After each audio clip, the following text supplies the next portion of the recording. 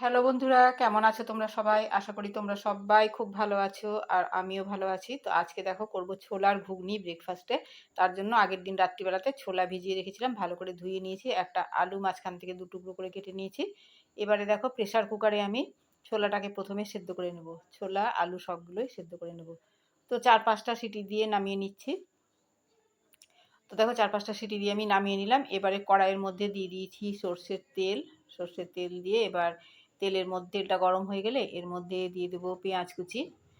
আর মানে হ্যাঁ, পেঁয়াজ কুচি দেবো। পেঁয়াজ কুচি দিয়ে তারপর ভাজা ভাজা হয়ে গেলে একটা মশলা আছে আমার, একটু করে মশলা থেকেই যায়। আমি মানে যে মশলাটা করি আমি গোটা ধনে জিরে একটুখানি শুকনো কড়াই উলিয়ে নিই, তাহলে কি হয় বলো তো, ধনেটা ছিবড়ে ছিবড়ে মতো হয় না।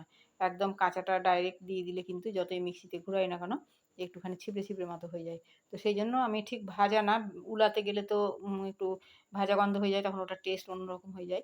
তা সামান্য একটু একদম গ্যাসটাকে সিম করে কড়াইটাকে প্রথমে একদম গরম করে নিই, তারপরে গ্যাসটাকে সিম করে আমি ছোলা মানে ধনে আর জিরেটাকে দিয়ে একটু গ্যাসটাকে অফ করে দিয়ে নাড়াচাড়া করে একটু কড়কড়ের মতো করে দিই। তারপরে ওর মধ্যে আলু, আদা, রসুন, পেঁয়াজ, কাঁচা লঙ্কা, টমেটো এই সমস্ত দিয়ে পেস্ট করে নিই। তো সেই মশলাটা একটু আছে।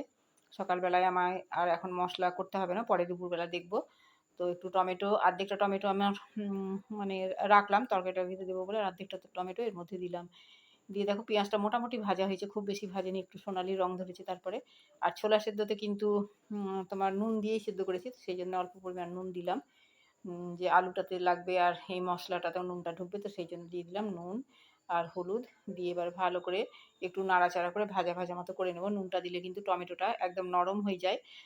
তো সেটাই করে নিচ্ছি। আর ভাজা ভাজা মতো হয়ে গেলে এর মধ্যে আমি দিয়ে দেবো তোমার ছোলাটা। আর একটা কাঁচা লঙ্কা কুচি দিচ্ছি একটু ফ্লেভারের জন্য। যদিও মশলাতে লঙ্কা দেওয়া আছে তারপরেও আমি দিচ্ছি একটু ফ্লেভারের জন্য। কাঁচা লঙ্কার ফ্লেভারটা আমার কিন্তু ভীষণই ভালো লাগে। তো মুড়ি দিয়ে খাবো বলে কুচি কুচি করে দিলাম। আর ওই যে তোমাদের বললাম মশলা ছিল একটুখানি, তো সেখান থেকে অল্প পরিমাণ মশলা দিলাম। সকালবেলায় খুব বেশি মশলা দেবো না। আর তো আর যেহেতু আলুটা সেদ্ধ করেছি তো ওইটা দিয়ে দিলে কিন্তু অনেকটা গ্রেভি মতো হয়ে যাবে। আর মানে মাখো মাখো করে নামাবো, কারণ আজকে ব্রেকফাস্টে মুড়ি খাবো ঠিক করেছি। এক এক দিন এক এক রকম খাই। কোনো দিন তোমার রুটি করি, কোনো দিন পরোটা, কোনো দিন হয়তো ছোলার ছাতু। আমাদের ছাতু আর চিড়ে, দই চিড়ে এটাই বেশি খাওয়া হয় গরমের দিনে।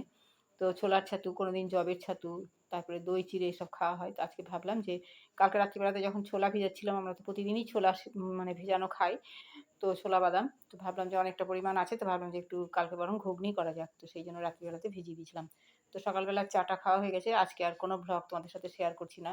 কেন বলো তো, এত গরম পড়েছে না, জামা কাপড় মানে একটু ঠিকঠাক না পরলে তো তোমাদের সামনে আসা যাবে না ভ্লগে। কিন্তু এখন কি বলো তো, এত গরম পড়েছে না, মানে কিছু পরাই যাচ্ছে না, শুধুমাত্র একটা নাইটি পরে থাকতে হচ্ছে, এরকম ব্যাপার। তো সেই জন্য ভাবলাম থাক, সকালবেলাতে আর আজকে ভিডিও করছি না। তো তার থেকে বরং ছোলার ঘুগনিটা যখন করছি তো এই রেসিপিটাই শেয়ার করি তোমাদের সাথে। তো তোমরা কে কে এরকম করে ঘুগনি খাও আমায় একটু কমেন্ট করে জানিও। এটা কিন্তু মুড়ি দিয়ে খেতে বেশ ভালো লাগে। তো আমাদের ঘুগনিটা মাঝে মাঝেই হয়, কোনো দিন ছোলার ঘুগনি, কোনো দিন মটরের ঘুগনি। তো এখন গরম পড়ে গেছে বলে খুব একটা করছি না মশলাদার খাবার। তো না হলে আমাদের সকালবেলা করে ওগুলো হয়। আর আমার ছোটো ছেলে যখন ছিল তো ওর জন্যই বিশেষ করে হতো। ও এগুলো বেশি ভালোবাসে খেতে। তো ও তো নেই, ওর তো দিল্লি চলে গেছে, ওখানে ওর পোস্টিং, চাকরি। তো সেই জন্য ধরো আহ, অত আর ঘুগনি টুগনি খুব একটা বেশি করি না। তবুও বড় ছেলে এসছে বলে ওর জন্য করছি। আর না হলে আমাদের দুজনের জন্য আর অত কিছু ইচ্ছা করে না, যা হয় একটা খেয়ে নিলেই হলো। আর এই দেখো ছোলা সেদ্ধর জল। তো আমি আলাদা করে কোনো জল ব্যবহার করছি না, ছোলা সেদ্ধতে একটুখানি জল ছিল, তো সেখান থেকে একটুখানি দিয়ে দিচ্ছি, পুরোটা লাগবে না। মোটামুটি তো হয়েই গেছে, ছোলাটাও সেদ্ধ হয়ে গেছে আর এদিকে আলুটাও কিন্তু ভালো মতো সেদ্ধ হয়ে গেছে। তো সেই জন্য পুরোটা জল লাগবে না, যেটুকু লাগবে আমি ওই জলটাই ব্যবহার করছি। তো দেখো মোটামুটি হয়েই গেছে আমার, নাড়াচাড়া করে নামিয়ে নেব। তো তোমাদের কেমন লাগলো অবশ্যই কমেন্ট করে জানিও। আর আজকের ভিডিওটা এই পর্যন্তই।